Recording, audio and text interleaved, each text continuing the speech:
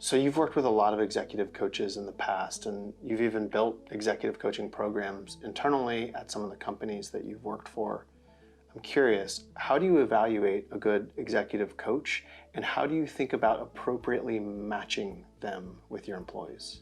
Yeah, I think the evaluation is especially important for coaches when you think about the influence and the power that they have with the leaders within your company. And so I've spent a lot of time thinking about this. For me, I look for individuals that truly excel in terms of their emotional intelligence, their self-awareness, their ability to be emotionally mature in really difficult situations. I often will spend many meetings with them, not a few interviews, to really delve in and have others meet with them as well. And some of what you're looking for in there is their background, their experience, their superpowers, if you will, in terms of coaching. But you're also looking for descriptors to understand the type of coach they are, because not all coaches are the same. And this gets to the second part of your question, which is matching. There can be an amazing coach, but they might not be the right coach for you. So some of it is relative to the challenge or what the actual coaching challenge is. And so I think finding coaches that can match and or have experience with whatever you're facing as a leader and need to grow in is important. But I also think that there are some coaches that are better with introverted leaders. There are some coaches that are better with global leaders. There are some coaches that are better with female leaders.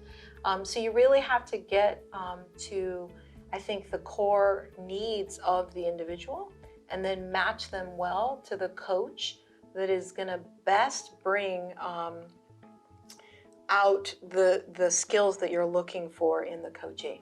And so I think it's a complex process, but I think it can be done really, really well with understanding your coaches really well and then understanding what the coaching challenge is. How quickly should someone evaluate if the match isn't a good fit, and what do you do about it? Yeah, I mean, I would say that, and I've had this experience myself, when I meet with a coach, and if it feels like within the first meeting that it really doesn't feel like a fit, it doesn't feel like there's trust or reciprocity in the connection, or you feel like you are guarded or somehow not wanting to sort of embrace the conversation, I would ask myself, is that me? Like, is there something going on for me? Am I guarded because I don't want the coaching? Or is it, maybe this just isn't the right person, right, for my match? And typically I tell people to meet with at least 2 coaches and then make a choice. Some people prefer to meet with 3, but I think just meeting with 1 doesn't give the comparative. Usually you're able to really make a decision once you've met with a couple of people.